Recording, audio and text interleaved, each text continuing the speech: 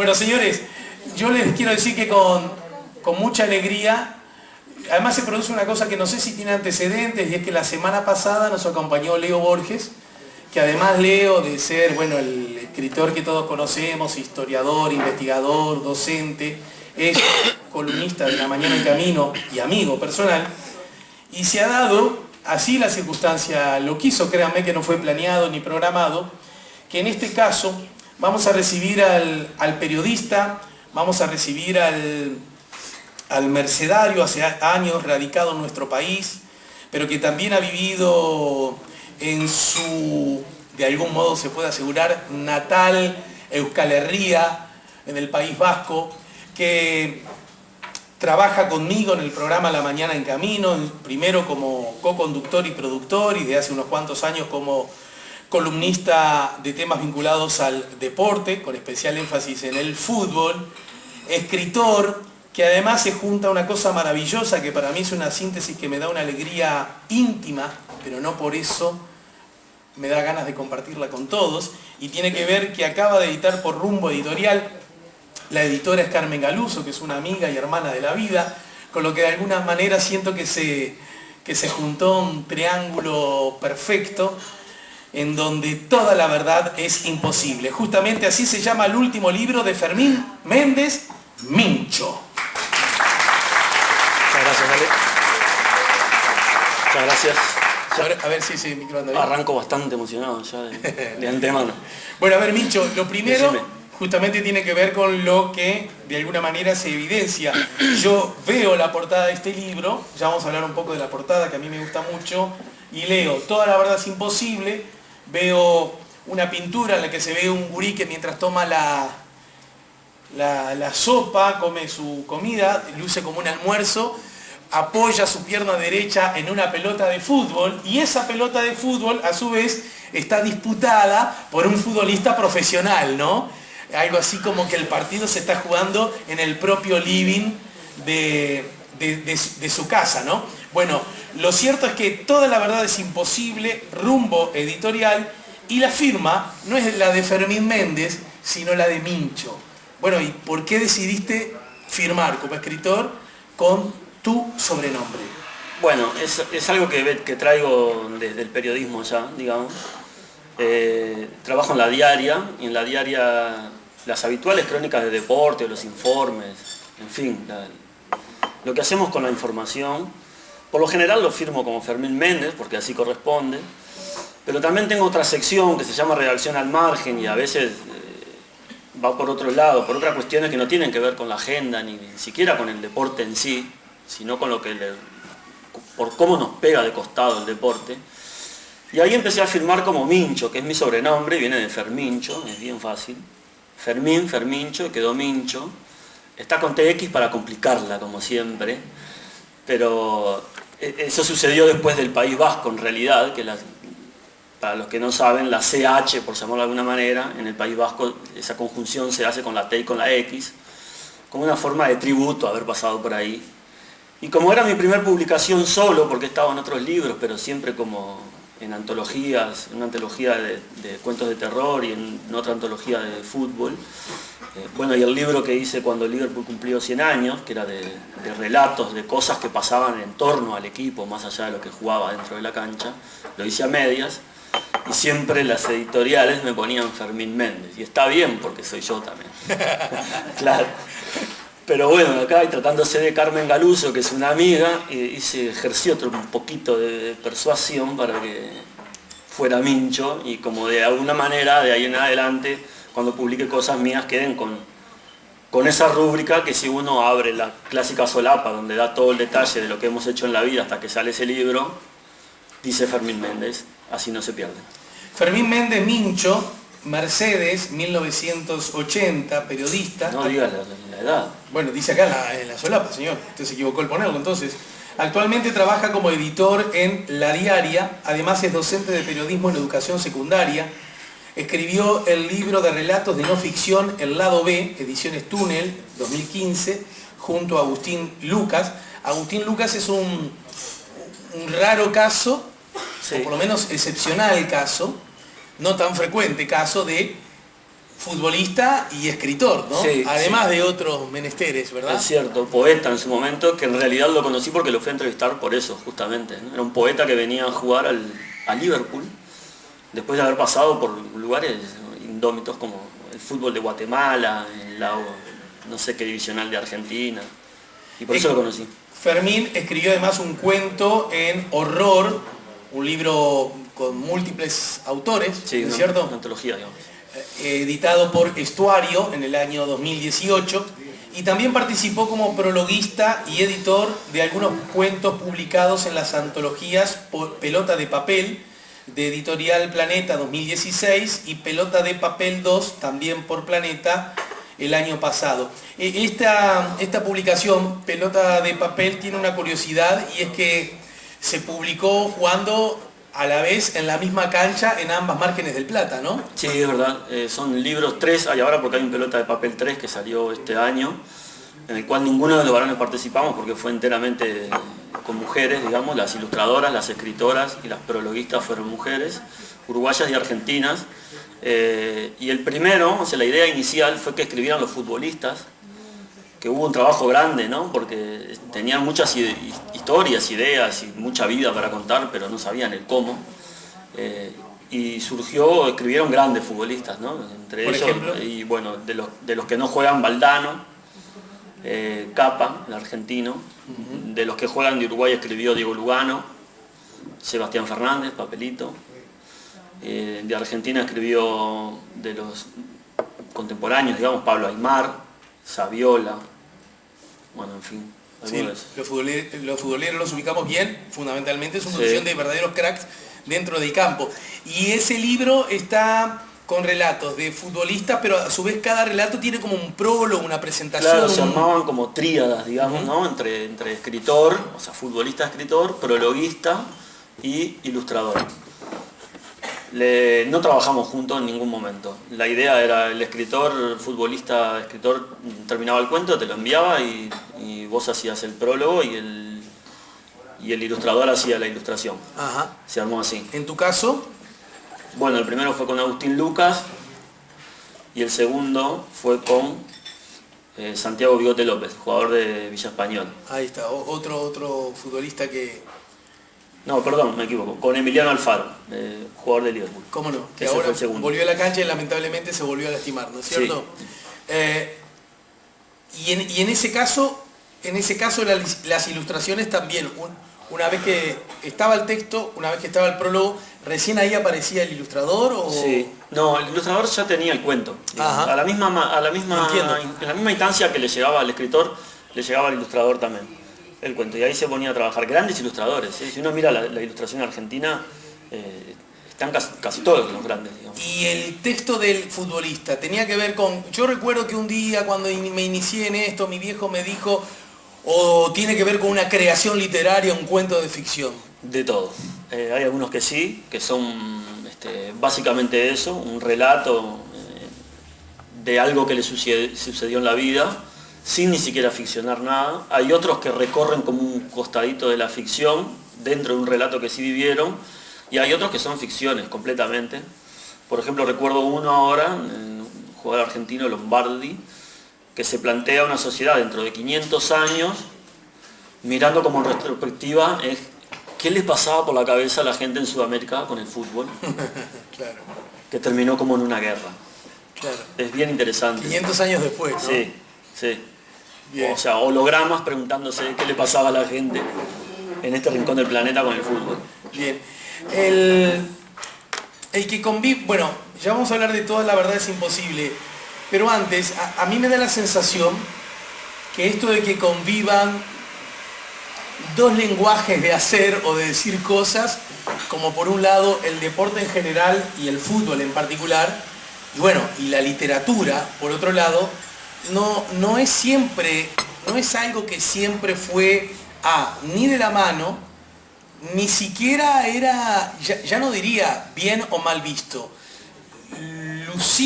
Lució durante mucho tiempo como dos mundos que ni siquiera se rozaban. En el mejor de los casos se miraban con desconfianza, pero me da la sensación de esto de convivir, esto de tener una mirada literaria a propósito del fútbol, es algo que en el trazo histórico luce como algo muy reciente, ¿no? Sí, muy reciente. En Uruguay capaz que hay alguno anterior, pero como el cuento más conocido que hay de fútbol, o que tenga que ver con el fútbol, es uno de Benedetti, que se llama Puntero Izquierdo, y debe ser del 51, 2, 4 como mucho. Pero era una rareza, ¿eh? Era una rareza en un mundo, sobre todo en el Río de la Plata, ¿no? Que tenemos gran tradición de cuentistas del cuento y gran tradición futbolera de toda la vida, desde que se empezó a jugar al fútbol, ¿no? 1800 y pico para adelante. Había escritores, sobre todo se daba más bien desde el mundo editorial, me parece, decididamente en contra del fútbol, sobre todo porque era como el deporte más masificado, claro, pero también de los otros deportes, ¿no? No iban mucho de la mano, más allá de cosas puntuales, que después recibían una crítica durísima, entonces ¿para qué meterme ahí, no? Claro, si me van a tratar tan mal. Claro. Sí, y me parece que desde el fútbol se trabajó poco, digamos, ese lugar, si bien hay recién ahora con el tiempo están saliendo como historias que daban que pedían cuentos, ¿no? Ajá.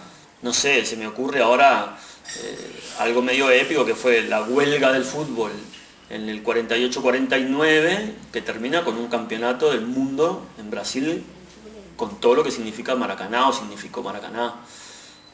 Y eso no lo contó nadie hasta mucho tiempo más adelante. ¿Por qué? Uno se preguntaría, ¿no? Teniendo esa historia ahí presente, está bien que las historias a veces tienen que pasar un tiempo, como, ¿no? Y sin embargo a mí me parece que el cuento más bonito que hay del Maracaná es de un argentino, Ajá, que es Eduardo Sacheri, que fue uno de los... En Argentina se rompió como antes, sí, ese molde, ¿no? De decir, hey. Acá primero hablemos de literatura, en todo caso de literatura buena o mala, y después dentro del buena o mala metamos los géneros, ¿no? De fútbol, de terror, de policial, etc. Me parece que fue como así. Sin embargo, en Uruguay tenemos... Con Soriano, con Fontana Rosa, ¿no? Claro, gente que aparte de hacer literatura de fútbol, hacía otra literatura, ¿no? Soriano fue bestseller, no lo vamos a descubrir ahora. Sacheri ha metido todos los goles que ha metido, sí, claro, ¿no? También, no sé si es bestseller, da igual, pero... Les recuerdo, Sacheri, es muy difícil que ustedes no lo haya indirectamente leído, porque entre otras cosas basado en un cuento de él, es que se hizo El secreto de sus ojos, sí, la película novela argentina, la novela, dije cuento, cierto. Incluso con una subrayada presencia futbolera, ¿no? Sí, claro. Hay ahí unas cuantas guías. De Racing, que no es el equipo de él. Claro. ¿No? Bueno, pero el asesino de Racing. Sí, claro. Sí. No hay metáfora ahí, ¿no? Claro, porque... El escritor es como si fuera de Nacional y el asesino es del Peñarol o viceversa. Entonces, Racing, una escena muy clave ocurre justamente en el estadio de Racing, la pasión de Racing, y vamos Racing. Dice, pero ¿cómo que vos que sos de Independiente? El rival histórico de Racing, ¿no? Y dice, pero te estás olvidando que el de Racing justamente es el asesino, claro, es el malo. Entonces, sí.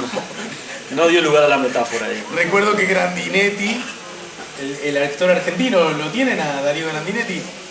Él participó, probablemente muchos de ustedes no se acuerdan, de La Carroza. Él participó, era un muchachito. Y era un muchachito lo que decimos nosotros... con un bullying que antes estaba aceptado, medio caído de la higuera, ¿no? ¿No? Y estaba jugando al fútbol ahí, era como, ¿no? Y era medio sopa, ¿ah? Ya no uso más adjetivos, lo ubican todo de qué estoy hablando, ¿no? Bien. Y el muchacho, y ustedes saben que Grandinetti, no lo saben, no tienen por qué saberlo, Grandinetti, a eso me refería con el teléfono, Grandinetti, ustedes saben, es un ferviente gallina, o sea, un gran hincha de River Plate, de River Plate de Argentina. Y en esa escena, él hace, bueno, todo, perdóname, no sé qué. Entonces él dice, siempre lo bromea, pero usaste la camiseta de Boca. Entonces él le dice, no lo usé yo, lo usó un personaje que era un sopa, ¿no? Con esa guiñada amistosa que el fútbol... No, claro, porque ahí nace... No, es que Francella es un fanático de Racing, está bien lo que dice, en realidad es así. él consulta a un fanático de Racing porque Franchella, el personaje de Franchella chupaba mucho, tenía problemas era un alcohólico, ¿se acuerdan? Bueno, no sé, vean, es un peliculón, hay que verlo. De acá si se van con las ganas de ver esa película, yo ya me doy por satisfecho porque es un peliculón. Entonces él, para descubrir cómo encontrar al asesino, arma una idea que tiene que ver con algo que está implícito en lo que estamos charlando nosotros, y es la pasión. Una pasión, aún alguien que está huyendo de la justicia, no la puede ocultar, disimular y la mar en coche. Entonces recurre a uno que es aficionado de Racing y fanático, y además de esos que te mencionan, las delanteras completas, sí, aludiendo a una época donde las delanteras se no cambiaban tanto también, ¿no? No, y eran 5 nombres, o sea, tenías para nombrar. 5 y se mantenían año a año. Sí, claro. Entonces, ¿y quién jugaba en el Racing del 52, doctor? Pa' acá, pa' acá, pa' acá, pa' acá. Y pa' acá, pa' acá, pa' acá. Y mencionado todo. Y entonces le pregunté, ¿y cómo hace? Doctor Escribano, no me acuerdo. ¿Y cómo hace para memorizar tanto y con tanto detalle? Mi amigo, que Racing es una pasión. Una pasión. Entonces tenían el dato que el posible asesino era hincha de Racing y ahí van a la cancha y vean la película, ¿no? Pero desde ese lugar te pregunto entonces, da la sensación que el espacio que la pasión deportiva provoca legítimamente en los ciudadanos no siempre tiene chances de dialogar con la lógica. Paren un poquito, chicos, un poquito nada más. Con la lógica de la literatura. ¿Cómo es que se encuentran? ¿Cómo es que dialogan? ¿Cómo es que se desconfían y se aman a la vez? Sí, a mí me parece que ha incidido mucho la frontera que ha cruzado el fútbol o algunas personas que están involucradas en el fútbol, ¿no? Si pienso rápido se me viene a la mente el maestro Tavares, ¿no? En este último tiempo. A ver. Creo que ha ayudado y ha incidido bastante a mirar el fútbol desde otro lugar. Está la importancia de ganar, sí, porque hay un reglamento y hay puntos, y bueno, el que hace más puntos gana, y tiene premios, y la mar en coche con ganar. Pero también ha trabajado como otras cosas, ¿no? Que nos hacen verlo como más cercano a nosotros, como cualquier otra actividad. Esto de sentirlo, de vivirlo, pero bueno, también sacarle la importancia. No sé, me acuerdo quién de todos los autores, porque cada vez que lo escucho se lo dicen a uno distinto, pero el fútbol de las cosas menos importantes es la más importante de todas, ¿no? Pero es importante lo otro, lo primero, ¿no? Es de las cosas menos importantes. Ubiquémoslo a veces ahí, porque siempre se gana como el lugar de la mala fama el fútbol, ¿no? El fútbol del que ganó, pero me robaron, pero no sé cuánto, y te vamos a correr o no me vas a correr, en fin. Y ese fútbol es un fútbol, pero no es el fútbol que nos llega por televisión, que los medios de comunicación nos venden, que están las redes sociales, que la gente hace que se ponga un poco mal. Pero no es el único fútbol, está el fútbol entero como global, digamos, ¿no? El que nos identifica como nación, el que nos identifica como culturalmente, que hemos llevado. En esto en la literatura no está mucho, pero en el cancionero uruguayo, bueno, claro. ¿Qué autor nacional no le ha dedicado una canción o alguna parte de una canción al fútbol? ¿No? En ese sentido es distinto que en Argentina, que hay mucha literatura futbolera, desde mucho tiempo más atrás, y eso que hay uno de los que decía que el fútbol era el opio de los pueblos, y era Borges, ¿no? O sea, parafraseando a Marx con la religión, ¿no? El maestro Borges puso la vara muy alta, porque si lo decía él, que dejaba para los que escribían apenas, ¿no? Me parece que la música en ese sentido en Uruguay sí le ha dado su lugar, mucho más, y estoy hablando desde que casi que nació con el fútbol, porque Uruguayos Campeones, claro, es un tango del 20 no sé cuánto, y después se hizo famoso con los triunfos, ¿no? Pero estamos hablando que recién ahí se estaba empezando a jugar al fútbol, las fundaciones de los equipos es un poco antes de que empezara el siglo XX, ¿no? Mucho tiempo más atrás. Y el fútbol siempre acompañó, a la literatura le llevó mucho más tiempo, y aún hoy en Uruguay como que se están haciendo más cosas que antes, pero le cuesta el lugar, ¿no? Y ahí ya me parece que empieza a ser una decisión editorial, si se quiere, hasta de los autores. Vos sos periodista, se puede decir que gracias al periodismo, digamos, paras la olla, estaríamos en este momento de tu vida, ¿verdad? Y entonces te pregunto, ¿y qué fue y de qué modo llegaron a tu vida tres asuntos que parecen convivir? El periodismo, la literatura, y bueno, y en particular cierta mirada en donde lo deportivo, porque también te interesan muchos otros deportes, en particular el ciclismo, como que lo deportivo también ejerce un rol importante en tu atención. ¿Cómo fue el derrotero de estos caballos en tu vida? Me quedé pensando en lo anterior y otra cosa también que pensaba cuando escribía, poco más que me había jurado que nunca iba a escribir de deporte ni de fútbol cuando hiciera literatura.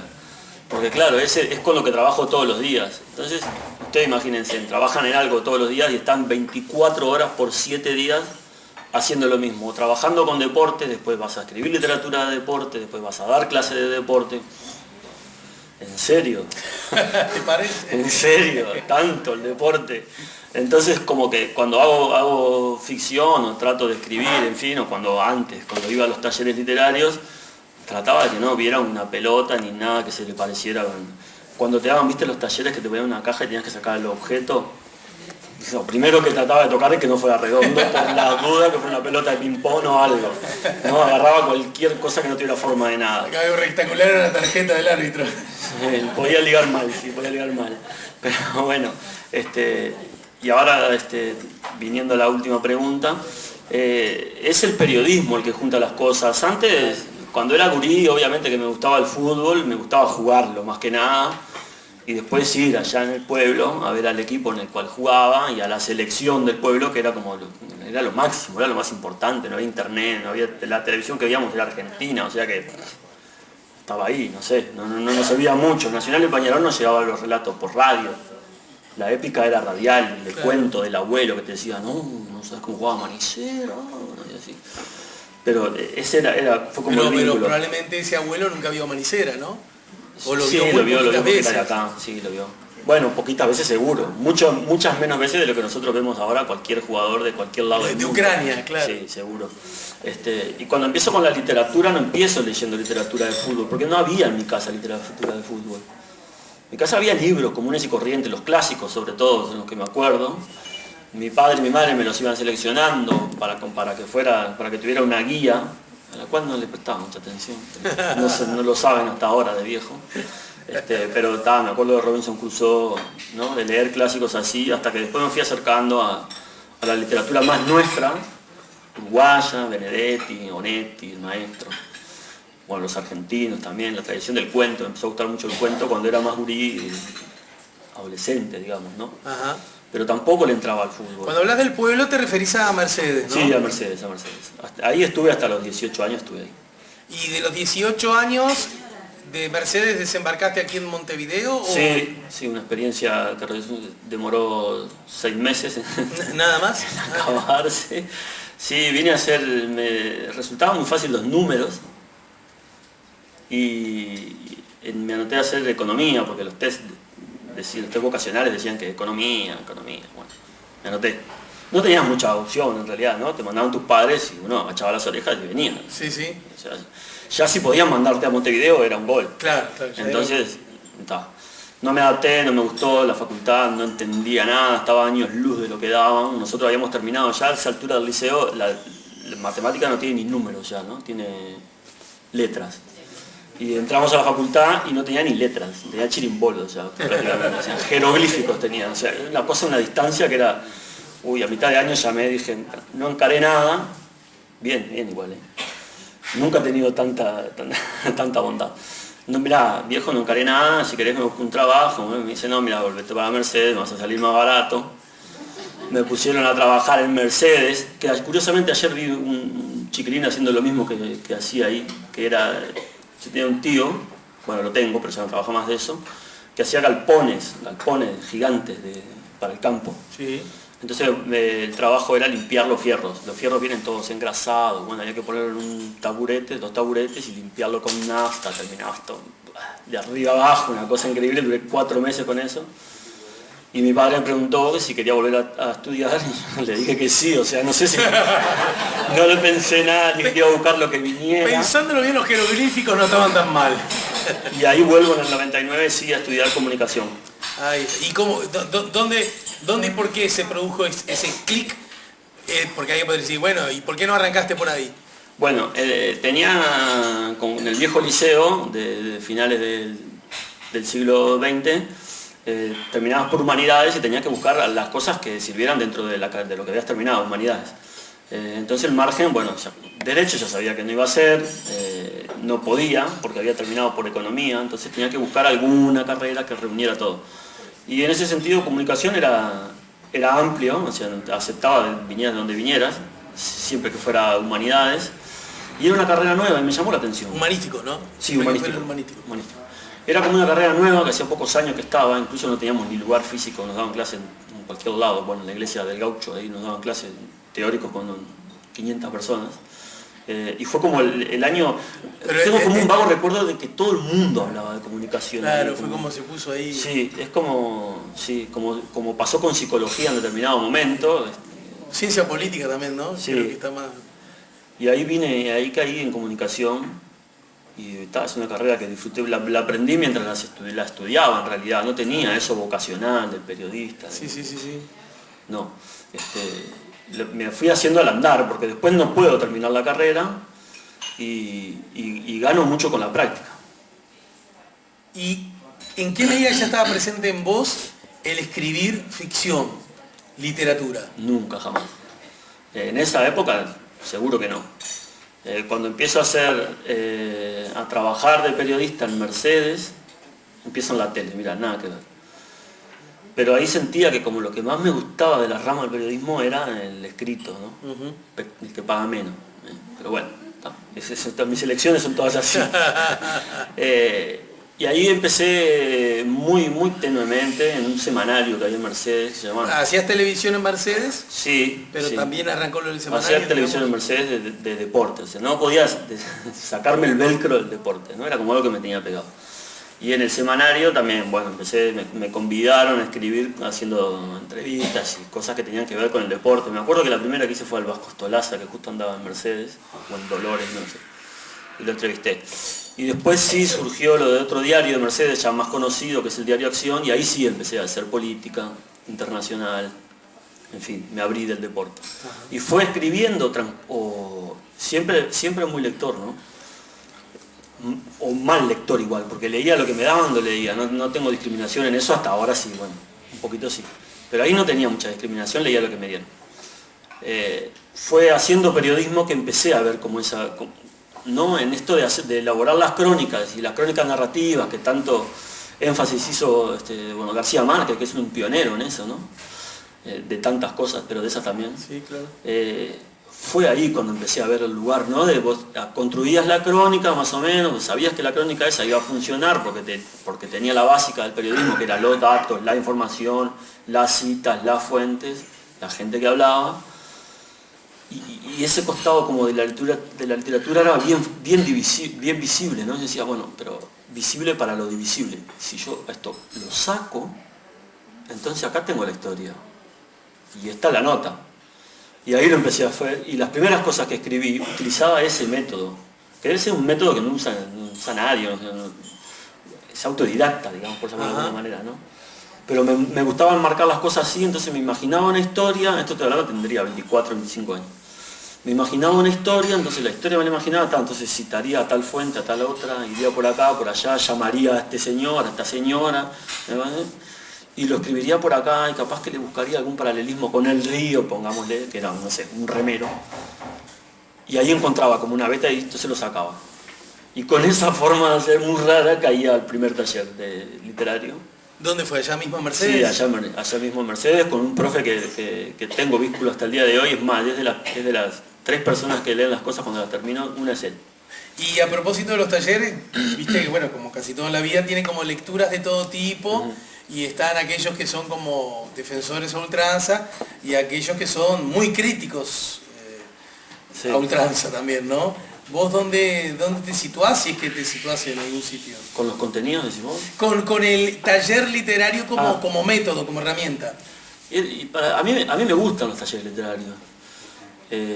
Me gustaba mucho cuando participaba porque sentía que me daba, primero que era un momento de desestrés total, era ir a aprender mucho de gente que sabía muchísimo más que yo.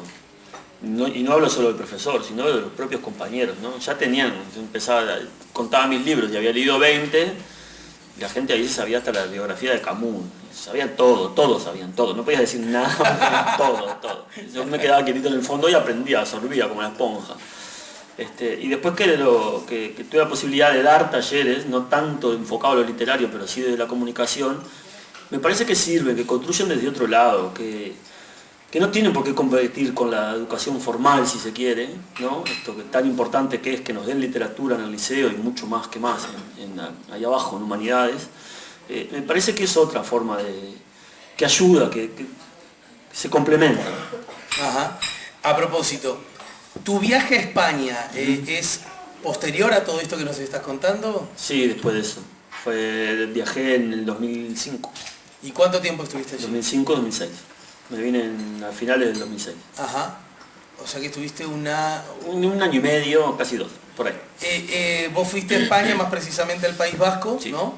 Y ahí, más allá de la experiencia, ya nos contarás, en todo caso que hiciste como un inmigrante uruguayo que va a laburar, esa fue la idea, ¿no? A laburar allá. Sí, tenía familia, fui a conocer la familia que estaba allá, sobre todo la línea de mi abuelo era vasco, si no lo conocí, falleció antes que yo naciera, y eso me tentó mucho. Mi tío en el 85... ¿Tu abuelo materno? Materno. ¿Tu apellido cuál es, el materno? No es muy vasco, pero es Hernán Gil, es de Navarra, digamos. Bueno, ahí, en algún momento formó parte del viejo País Vasco.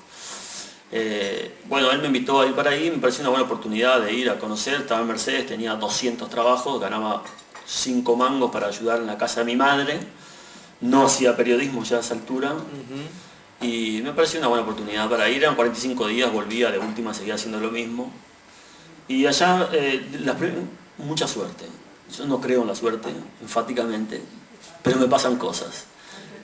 La primera semana que estoy allá, se casa la prima del primo de no sé quién. Y voy al casamiento y estaban todos los hermanos de mi abuelo, o sea, toda la parentela. A mi abuela sí la conocían, ya todo el mundo me preguntaba por Cholita. Y fue increíble porque en un día conocí toda la familia que no sabía ni que tenía. Claro. Fue maravilloso y eso me ató mucho más. Sentía cosas como muy cercanas que no sabía ni qué eran. Cuando venían tocando el tamborcito con la flauta, para mí era un sonido de toda la vida. Ah, mira. Y nunca lo había escuchado. Nunca lo había escuchado. Y me quedaba mirándolos como quien se queda acá mirando los tambores cuando pasan, que uno sabe que por lo menos que son del lugar de uno. Me quedaba igual, no lo opinaba como algo, oh, qué raro esto que están haciendo, me quedaba como una posición como que lo conocía, no lo sé, tenía ese registro en la mente. Y ahí después me quedé trabajando, decidí quedarme trabajando, se venció la visa de 45 días, y ya si te quedabas 50, te quedabas 2 años, era lo mismo. ¿En serio? Sí, no. Sí, me pasó una muy cómica una vez, perdón que vaya por la rama, estaba tomando mate, había yerba, salía muy cara, valía 7 euros la yerba. Canarias, solo Canarias había, pero no le puedo explicar la necesidad que daba tomar mate. 7 euros, 7 y valía 4, más que una 24. botella de Johnny Walker. Ajá. No importa, no competía Johnny Walker ni el de color que usted quiera, no competía nada. Entonces un día me voy a un parque a tomar mate, ya se me había vencido la visa y doblan así 2 señores policías. Miro todo el parque, no había un cristiano en todo el parque, solo Minchito tomando mate. Quietito, ¿qué hago? ¿Disparo o no disparo? Si disparo voy a encender alarmas, ¿para qué? Y todo esto en la cabeza, pensando en mis tíos, mi familia que estaba ahí, yo pensaba, ahora me agarran, me van a llevar para el aeropuerto, no me van a dejar así ni la maleta. Mi tío no se va a enterar que mi tío es loco. Me quedé tomando así, se venían cada vez más cerca y yo de tanto que pensaba no tenía nada. Y yo dije, ya está. ¿Qué voy a hacer? Me vuelvo gratis por lo menos. Me había vencido el pasaje de última, mientras no me guarden al frío. Y me dice que Uruguay o Argentina. Y ahí sentí como que perdía 25, una garrafa de 13 kilos encima. No, sí, por el mate, muy gracioso. Sí. ¿No quiere uno, compañero? Sí, bueno, vale, chaval. Y le di uno y lo tomó, lo escupió, le perdoné hasta que lo escupiera, mirá. Nada, me lo dio servido por la mitad ¿Y qué le voy a decir al hombre? Así no se toma, ¿sabes? Esto allá en mis pagos. Claro. Decí que no tengo papeles, si no, no sabés lo que... Muy cordial el policía, lo dejó ahí, no le gustó, se lo tomó el otro. Ah, mira.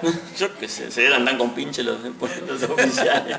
Se lo tomó el otro, lo que había dejado, y siguieron muy campantes, me saludaron, arriba Uruguay me dijeron, Forlán, no sé qué. Ah, mira. Sí, y listo.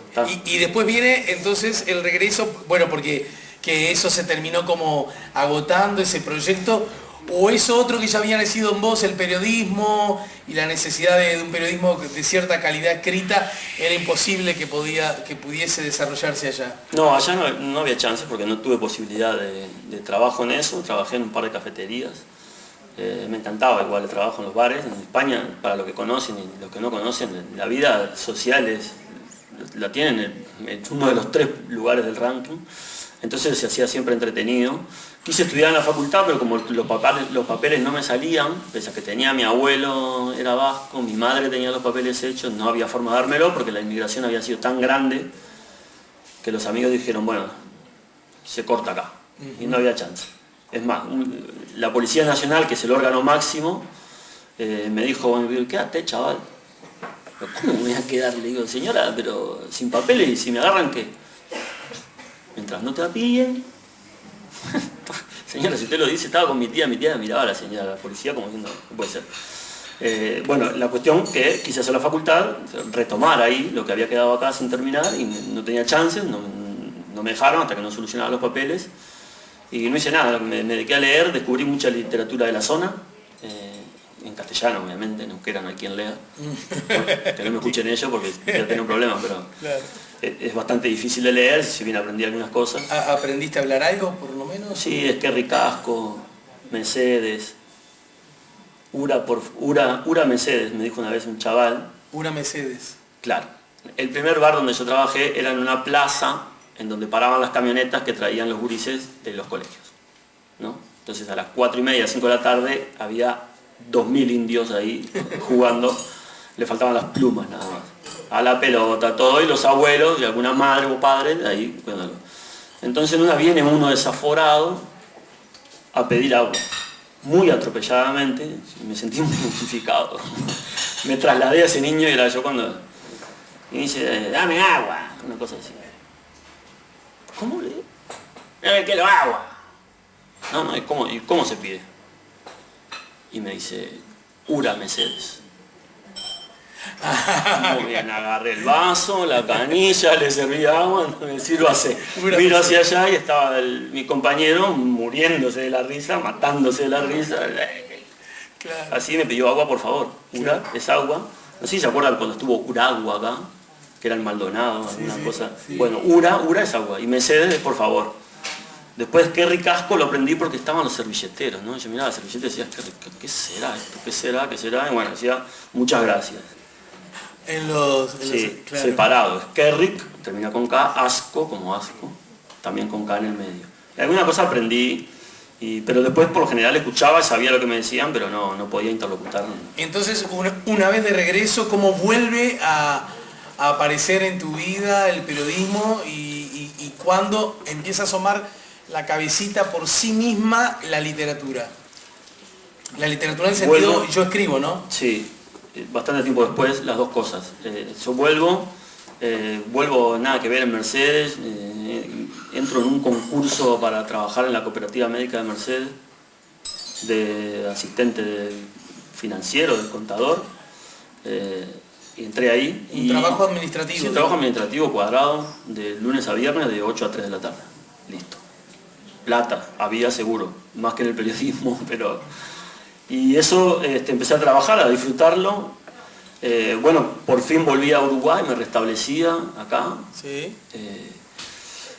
Pero después pasó un tiempo y me empezó como a cansar la cabeza y ahí fue cuando empecé a buscar cosas para volver al periodismo. Y lo primero que pensé fue, bueno, ubíquese en la góndola, amigo, estudie otra vez, porque el periodismo puede que haya cambiado. Y ahí hice cursos por internet, que era lo que tenía. Hice un curso con Hernán López Echagüe. Es un periodista argentino que vivió mucho tiempo en Nueva Palmira porque Eduardo Duhalde lo mandó matar una vez que hizo un libro de él, se llamaba El Otro Yo o algo por el estilo. Se vino a Uruguay y él daba un curso de periodismo de las ramas del periodismo. Entonces era por internet y vos estudiabas de una semana o dos semanas, no me acuerdo, era corto igual. Estudiabas diferentes autores de opinión y después tenías que elaborar una opinión. La otra semana una crónica narrativa, la otra semana una semblanza, la otra un informe, la otra todo, ¿no? Una crónica. Y después estudié otro curso más adelante con un chileno de la Academia de García Márquez, pura y exclusivamente de crónica narrativa. Ajá. Y crónica narrativa, dentro de la crónica narrativa también estaba el perfil como un área que se trabajó mucho. Y ese cúmulo de información lo empecé a volcar al Diario Acción en Mercedes otra vez, y acá, no me acuerdo por qué, empecé a escribir en Voces, a publicar en Voces. Semanario Voces. No escribía yo para Voces, me publicaban. Ah, sí, me acuerdo por qué. Entrevisté a un escritor mercedario, Luis, ¿cómo es el apellido de Luis? En fin, Luis Morales, que había escrito un libro sobre Matosas el constructor, que era un hombre en Mercedes, que era panadero y hacía casas como Gaudí. Así como lo dije. Cuando me enteré de esa información, porque era primo, viste que no creo la suerte, pero me pasan cosas, era primo de la que se sentaba al lado mío en la cooperativa médica, digo, pero por ahí lo entrevisto, no sé, sí, yo te consigo el libro, vos léelo. Leí el libro y lo entrevisté al escritor. No, es fascinante. Si algún día van a Mercedes, ahora está, la Intendencia lo tomó y ha hecho como un camino por las casas de Matosas que son increíbles, increíbles, increíbles. Aparte nos queda muy claro leyendo el libro si él en realidad trabajó con Gaudí o no, o cómo hizo, porque los colores no se han ido nunca más de las casas. Supuestamente el único ayudante que tenía, que es muy bueno el sobrenombre, Cara de Hombre Valdés. Sí, la cara era Obdulio Varela la cara, o sea que cara de hombre. Bien puesto. No, olvídate. Él dijo que a él no le dijo todo, pero que él sabía que Matosas le echaba polvo de colores al cemento cuando lo iba haciendo. Cuánto y cómo y dónde lo echaba, él no lo sabe. Las casas están todavía marrones, coloradas y verdes. Igual que ¿Cuántas casas hay en Mercedes? Y ahora hay como 5 o 6. Algunas, cuando no estaba todo esto de preservar las cosas, pusieron un aire acondicionado a los viejos, un boquete. Claro. En fin, bueno, éramos otros. Y bueno, y con él lo escribo medio narrado, y Luis trabajaba en Voces y me dice, hey, a García, ¿cómo es el nombre de García? ¿De Voces? Alfredo. Alfredo le interesó, ¿por qué no publicás ahí? Para mí era, wow, ya publicado en Montevideo, ¿es cierto esto? Claro. Pellíquenme, o no, déjenme tranquilo. Y ahí empecé en Voces y hice como 4 o 5 perfiles iguales, de otra gente después. ¿Todo de Mercedes? Todo desde allá. De 8 a 3 trabajaba ahí y de tarde, eso me cambió la vida, porque yo de 8 a 3 salía del trabajo y lo único que quería, o lo único que pensaba, entre que iba caminando, las 10 cuadras que separaban el trabajo de mi casa, era dormir la siesta. Claro. Hasta las 6, y a las 6 apuntaba un mate que se terminara el día y al otro día trabajaría de nuevo. Y así, un día, Sí, otro día. hasta el sábado, que el sábado, bueno, y el domingo. Y cuando empecé a hacer esto del periodismo, me cambió totalmente. Quería ir a casa, bueno, estaba así a dormir porque estaba un poco cansado, pero ya estaba con la cabeza hecha una bomba. Claro. Quería volcar cosas ahí, o llamar a alguien, o llamar al otro. Y así fue que empecé muy tímidamente hasta que después surgió la diaria. ¿Y la literatura?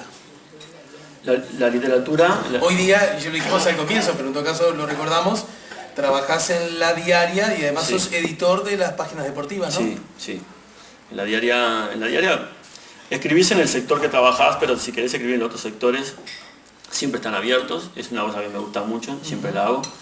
Pero desde que surgió el suplemento deportivo, se llama Garra, ahí me dieron la posibilidad de ser el editor, el jefe, en fin, y estoy ahí. La literatura, ¿cuándo surge de escribir literatura? Sí. Bueno, un cuento, que un relato, que... En ese periodo de ahí, cuando te contaba que empecé como a desentrañar qué era lo periodístico de la literatura, ahí ya habían aparecido algunas cosas, pero nunca muy terminado. Aparte tenía algo, bueno, talleres literarios, que lo hacían los sábados de mañana, bueno, era joven y faltaba mucho. Claro. Porque el Mercedes se salía mucho los viernes, no sé. Me faltaba mucho, sí, un desastre. Pero ahí ya tenía algunas cosas sin terminar. Después ya ahí más de grande, ya estamos hablando que cuando empiezo a estudiar de nuevo, rondaba los 30 años, ahí ya empiezo a hacer cosas. Cuentos sobre todo, que era lo que me quedaba más a mano. De dudosa calidad, pero cuentos al fin. Sí. Hasta que después hago un segundo taller literario ya acá en Mercedes con Fabián Severo, y ahí empiezo como a mostrar las cosas. Y uno a veces no se da cuenta lo que hace o la calidad de lo que puede hacer hasta que no lo ve otro. Pero soltarse para que alguien lo vea es todo un tema también. Porque por ahí yo lo hacía para canalizar cosas. En el País Vasco escribí mucho, por ejemplo. Pero no era ficción, eran cosas de verdad. Y lo hacía para soltar, hasta para llorar. Quería escribir cosas que si no las escribía, era un peso bárbaro andar viviendo, arrastrar eso todos los días. Pero no era literatura. La literatura llegó ahí, como a los 30 por ahí, que empecé con cuentos, sobre todo. Y es más, mirá, el cuento de horror ese que hablamos recién, era una porquería de cuento que había quedado encajonado. No era de horror, era de terror. Era de terror, pero con todas las letras. Había quedado encajonado porque no me había convencido nunca ese cuento, había quedado encajonado. Y cuando me convidan a participar ahí, yo dije que sí, muy valientemente. Y a las 2 semanas dije, capaz que lo llamo y le digo que no. ¿Y? Que no sé qué hacer con esto. Y en un momento dije, pero yo tenía una cosa media terrorífica. El otro cuento no era de terror, pero era un asesinato, bueno, en fin. Y dije, a ver, y lo agarré a eso y tomé en cuenta los personajes, tomé en cuenta la zona, el espacio donde transcurre, digamos, y le fui cambiando la historia de a poco y salió el cuento de terror.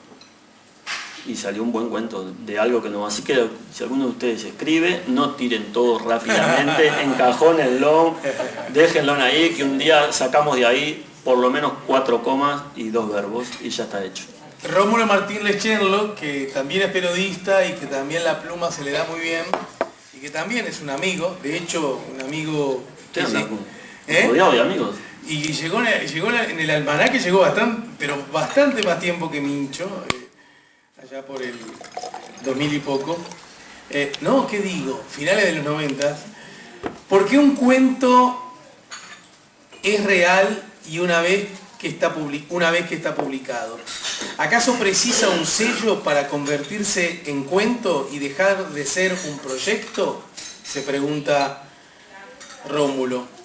¿No era cuento en aquella esquina o en la ventanilla del ómnibus?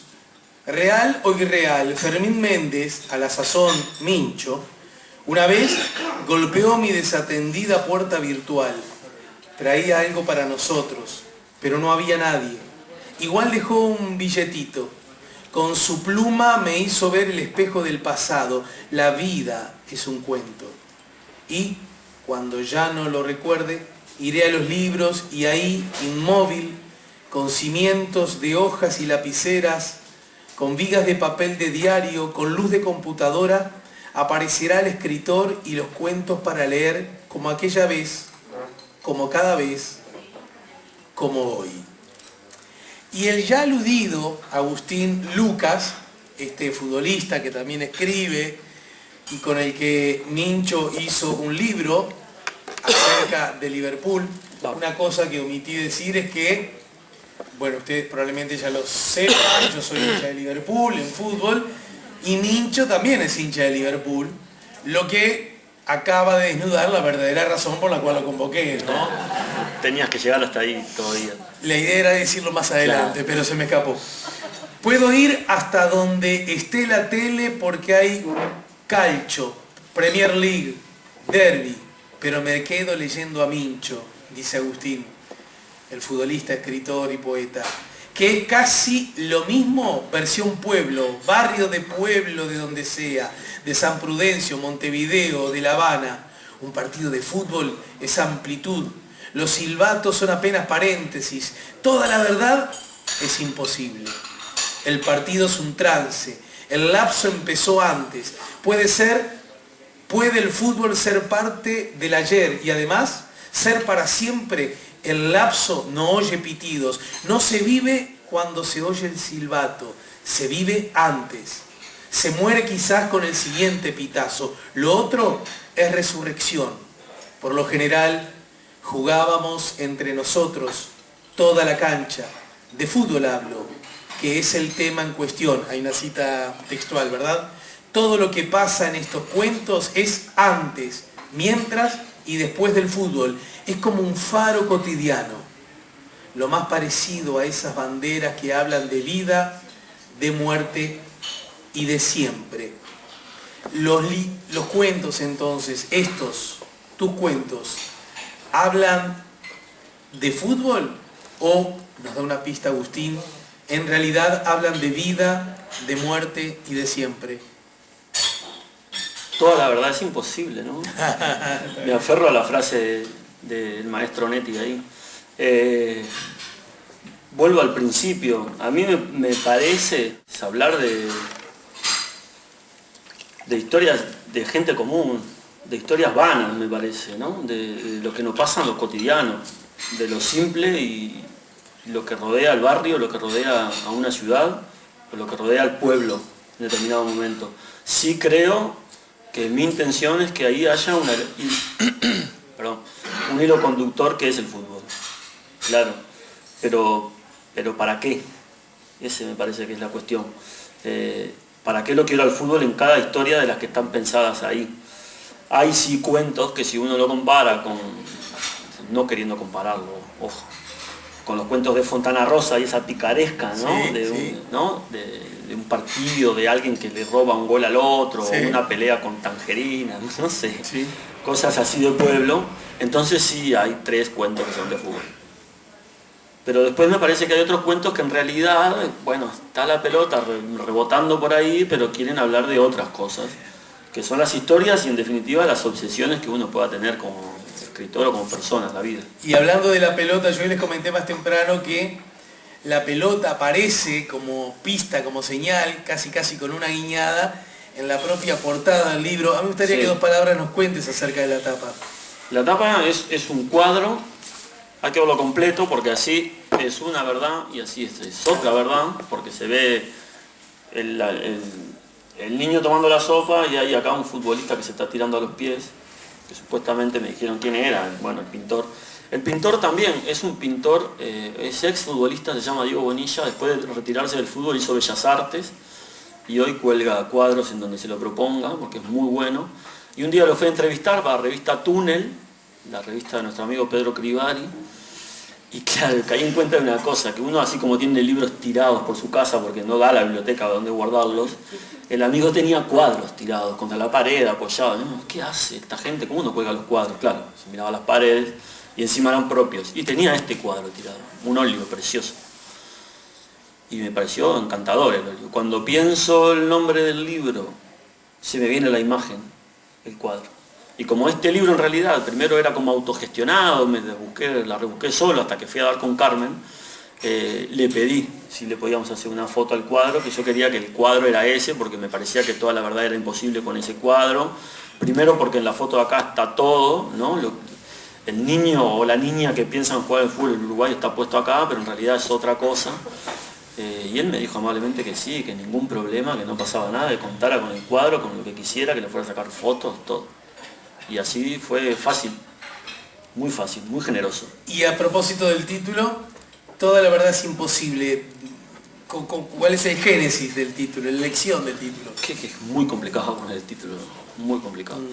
En un momento dije, le voy a poner el título de uno de los cuentos y adiós, que te vaya bien, Claro. Que tome vuelo este libro y nos vemos. Y estaba leyendo en esto que leo demasiado a Netti, como siempre. El año pasado, no, el anterior, que fue cuando lo cerré al libro, estaba leyendo Cuando entonces, y en una de las primeras frases que andan ahí en el libro, un diálogo, leo eso, ¿no? Que en realidad dice, bueno, está por ahí adentro, decir toda la verdad es imposible. Me pareció impresionante. Primero la potencia que tiene la frase, ¿no? Porque ¿cuál es la verdad? Está bien, está el inmaterial verdad, ¿no? Del que hablan los psicólogos, pero ¿cuál? si nosotros hablamos de la misma cosa? ¿Es la que decís vos o la que digo yo? Claro. ¿No? O la que está en el medio del cuadro. ¿Cuál es toda la verdad? Que el niño está tomando la sopa, que ya jugó a la pelota, que va a jugar después, que la madre lo retó, lo puso en penitencia. El cristiano que está tirado acá es italiano, es azul, capaz que de Liverpool. Los cuentos, ¿son de fútbol o no son de fútbol? La verdad del fútbol, ¿es el fútbol este que no lo podemos ni ver o el que le pasa a la niña que le pide a un papá para que lo lleven a la cancha? ¿Cuál de todos? ¿El que nos robaron supuestamente porque ahora el fútbol corresponde a sociedades anónimas o el fútbol del club de barrio? ¿Cuál es? Porque al club de barrio, entonces, si es la verdad el club de barrio, ¿por qué le pedimos que gane la Libertadores? Si para ganar la Libertadores precisamos la plata de la sociedad anónima, de no sé qué, de no sé cuánto. Entonces me pareció que la frase redondeaba. Yo sé que a Onetti mucho no le gustaba el fútbol, por más que tuvo que pagar sus culpas vendiendo entradas en la tribuna olímpica una vez, me pareció muy potente. Y cuando lo vi dije, es este el título del cuento, del libro, y después lo puse como título de uno de los cuentos que habla justamente de eso, de la verdad, de por dónde pasa el fútbol en una sociedad del litoral uruguayo cuando no llegaba la televisión y veníamos a Montevideo y nos criticaban porque sabíamos de la vida de Bocchini y no de la vida del Pollo Vidal. Por ejemplo. Y ya estamos en el último tramo, pero a mí me gustaría que nos regales algo de toda la verdad es imposible. Quizá no nos dé el tiempo para leer un cuento entero, pero por lo menos para meternos en la cancha esa. ¿Cuánto tiempo tenemos? Y a ver, déjame ver. Y tenemos 10 minutos. Mirá, primero lo que voy a hacer es una recorrida del índice. Tenía que ser, puede ser que sea de fútbol. Ajá. Pero no lo sé si tanto. Capaz que es una radiografía de un pueblo. Es verdad. Es un jugador africano llegando al fútbol del interior de los 90. Nos tocó así, habla de la relación de una mamá y una niña en tanto el fútbol. Y en realidad me gustaría decir que es un homenaje al maestro Tavares. Porque no sé si alguien hizo más por las mujeres acercándose a la selección que ese hombre. Ajá. Juego de la memoria, habla del Alzheimer, la cabeza por el fútbol es muy futbolero. Un día de campeonato transcurre en Cuba. La invención de la necesidad es un divorciado que llega al pueblo y recuerda cosas. Nunca más, habla del nunca más. No hay tiempo para revanchas, es similar al de nunca más, y ahí va saliendo. Ahí. El medio del libro está fuerte para salir de ahí. Si salís con vida de ahí, algún día lo vas a entender. Habla de algo, eso es lo más parecido a que me haya pasado a mí, que habla de... Es sobre Guilla, pero en realidad habla de cómo a veces reconocemos más a los que vienen de afuera que a los nuestros, porque Guilla estaba en un lugar donde había 500 personas y nadie sabía que era Guilla, hasta que yo alerté que era Guilla y fueron los argentinos los que armaron el relajo. Ah, mira. Pero no porque era Guilla, porque le había ganado a los brasileños. Entonces, ¿cuál es la verdad, amigo? Claro, ¿cuál es la verdad? Al descubierto es alguien que se va a jugar al fútbol del exterior y se da cuenta que en realidad no le interesan los millones. Otro partido es un retirado, el cielo de abajo también. Toda la verdad es imposible, le da nombre al libro y los viejos valores. Cierra toda la historia de un pueblo que hay acá adentro, que se llama San Prudencio. Que por ahí lo puedo recorrer un poquito, a ver. Dale. Sobre todo al pueblo. Eso que contaste de Guilla es posta. Me pasó, no como está en el cuento, sí, ahí, pero obvio. Sí, me pasó de que estaba Guilla ahí. No sé si ya no era el único sobreviviente del Maracaná, sobreviviente no, bueno, el único que seguía con vida de esa gente, los 2000 y pico, ya tenía como 90 años. Y estaba en Maracaná y andaba ahí, el tipo andaba ahí. Yo no podía creer que la gente pasara por al lado, nada, ni siquiera así, con el gorro, nada. Y yo fui hasta al lado a ver si era Guilla, hasta al lado. Y era Guilla. Y en un momento andaban los clásicos argentinos que estaban ahí guarangueando. ¿Qué estábamos? ¿En dónde? En la fortaleza de Santa Teresa. Ajá. Lleno de turistas, lleno, un sábado de nublado. O sea, todo el mundo fue a la fortaleza. Entre ellos Guilla. Guilla estaba ahí, yo no podía creer. Está bien, ponele, no nos interesaba mucho el fútbol, pero Guilla, amigo, salúdelo. Salúdelo. y había unos argentinos, estaban muy guarangamente comportándose adentro del fuerte. Entonces en un momento le agarré a uno y le digo, no quería venir, ¿no? ¿Qué le pasa? ¿Qué le pasa? ¿Qué le pasa al pelado? Como los policías esos que dijeron. ¿Qué le pasa al pelado? Era grande, era más grande que yo. Vení, no, te quiero decir una cosa, él estaba con camiseta de fútbol. Y le digo, no, te quiero decir una cosa, ¿viste el señor que está allá? Sí, no sé qué. Bueno, ¿sabes quién es ese? No, la verdad que no, me tomo el pelo encima, que no tengo. Ese es Alcides Guilla, el que hizo el gol en Maracaná, cuando le ganamos a los brasileños. ¿En serio, chaval, me está jodiendo? No, es ese, le digo, es Alcides Guilla. Entonces fue, los alertó a los otros 10 que andaban ahí bobeando con una pelota dentro del fuerte y atravesaron todo el fuerte, que es bastante grande, hasta que se dieron con Guilla, poco más, casi lo rompen todo. Pobre, ¿no? Y ahí todo el mundo se dio cuenta que era Guilla, entonces sentí como que el homenaje, yo había cumplido como promotor del homenaje, lo cargosearon, pobre amigo, para arriba y abajo, y yo me fui por el costadito como... Tarea cumplida. Tarea cumplida. Y después eso lo uní en el cuento ese con otra cosa muy curiosa, que fue que Guilla murió el mismo día, 60 años después, el mismo día de Maracaná. Una cosa brutal. Si yo lo hacía acá me decían, no, pero no es verosímil, me fuiste al carajo. ¿Qué nos estás queriendo contar? Bueno, está. La invención de la necesidad, voy a leer un poquito de ahí, de uno corto que llega al pueblo. Usted me para, compañero, ¿no? Sí. Como tantas cosas vividas, cada vez que llego al pueblo naufrago entre la emoción y la reflexión, como cuando se extraña lo que fue propio y ya no lo es. No solo lo siento, sino que además me doy cuenta de que lo siento. Fui un niño feliz en esta ciudad. Era la fracción del mundo que me bastaba para entender el tiempo en que vivía. Al rato de almorzar con mi señora madre, decidí que ese día no habría tiempo para la siesta. Luego de la charla, esperé pacientemente que dijera su salmo preferido. Me voy a tirar un rato, Huguito. Era obvio que le iba a decir, si la conoceré. 15 minutos después, con las chicharras como cómplices de una tarde rabiosa de diciembre, salí a dar un paseo. A decir verdad, tenía más ganas de dormir que de caminar. El día anterior había manejado todo el día, desde que salí del maldito trabajo hasta que vi el viejo farol de la Encina 103, la dirección de toda la vida. Llegué a San Prudencio 3 horas después de lo calculado por culpa del cascajo que tengo como auto. Rompió y me obligó a hacer una parada técnica. Pasé casi 20 kilómetros rezándole al santo para que esa luz roja del tablero no significara nada. En el medio, en la nada. Acá te quedás, mi querido. Mierda decía uno del año del gol de Diego Aguirre. Me quejo de viejo histérico. No sé qué hubiera preferido, si quedarme en la ruta y llamar al seguro o si caer como caí en ese taller Esteves, atendido por su propio dueño. Dios querido el mecánico. Fue feo como él solo, con cara de haber ligado poco en el reparto de facha. No tenía ni 20 para el envío.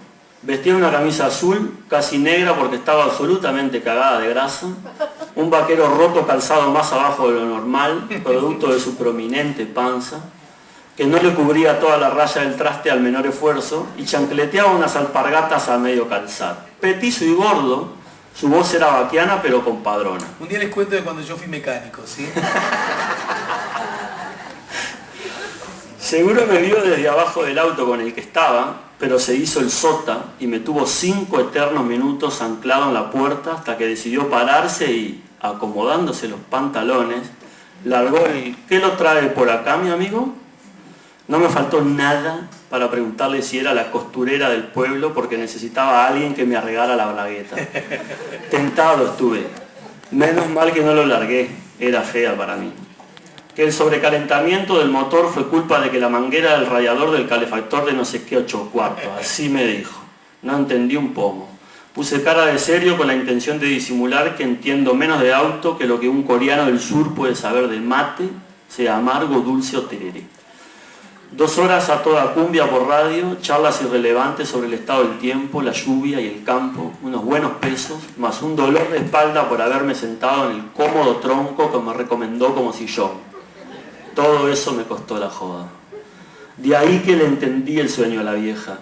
La almohada le estaba pasando factura por haberse acostado tarde el día anterior y por el madrugón. Mirá si no se va a levantar a las 6 de la mañana como de costumbre. Lo hizo porque quiso, obviamente. Cuando vi que lo de Esteves iba para largo, la llamé para contarle lo sucedido, que no iba a llegar a las 9 y sí como a las 12. Pero no hubo caso, ni se acostó. Esperó como un soldado de guardia que su bendito hijo llegara. Unas pocas palabras, se aseguró de que todo estuviera en orden, me dio un beso y se fue a dormir. Un soldado de los buenos. La pascualina que había dejado en el horno estaba hecha un poema. Silencio. Salí despacito y cerré la puerta con la delicadeza de un ladrón. Miré para arriba, miré para abajo. Ni un alma en la calle. Lo de Farías, todo cerrado. Lo de las solteronas Telagorri, Marta y Soraya, igual.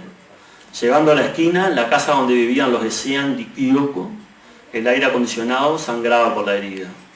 El almacén de Roberto, hijo menor de don Atanasio de Arriblat, descansaba con las cortinas bajas. No había hogar que no tuviera las persianas bajas. Lógico. Acá duermen la siesta de lunes a viernes, imagínate si le van a dar tregua un sábado. ¿Quién va a salir a estas horas? Solo un loco asoma la nariz a semejante horno de bitumen, o alguien al borde de la depresión tras un divorcio angustioso. Yo diría que para seguirla hay que comprar el libro, ¿sí? Gracias, Mincho. Gracias por...